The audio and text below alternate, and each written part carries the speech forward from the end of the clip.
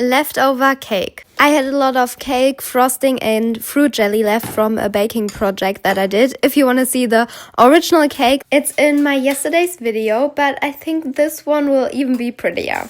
But because I'm not at all a fan of throwing stuff away, especially food, this is what I do with my leftovers. First, I decided for the form of my leftover cake, which was either going to be a circle, a heart, or a square. But frankly, this wasn't a hard decision to make. Of course, it was going to be the heart. Then I placed all my leftover cake pieces into this heart form. The one side was going to be chocolate and the other vanilla, and I had to stuff the holes a little bit with like little cake pieces. Then it was time for the first cake layer, and I had no motivation to get out my piping bags and piping tips, so I just chose my cake spatula. But soon I noticed that this also wasn't the best idea because the cream was still hard and cold from the fridge and the cake was like in little pieces, so it didn't work well together. So in the end I chose a big spoon to distribute the cream evenly. Then it was time for the second cake layer.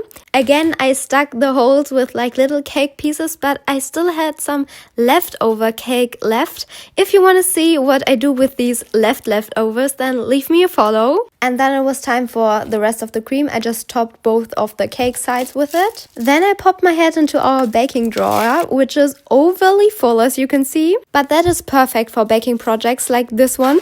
I just chose a lot of different sprinkles and decorated my cake with them. And then there was my beautiful leftover cake. I have to say the outcome is quite pleasing. We directly tried it as dessert in the evening after dinner. And I have to say it wasn't world-changing, but for a leftover cake that otherwise I maybe would have thrown away, this is more than solid. I definitely would do it again. Would you?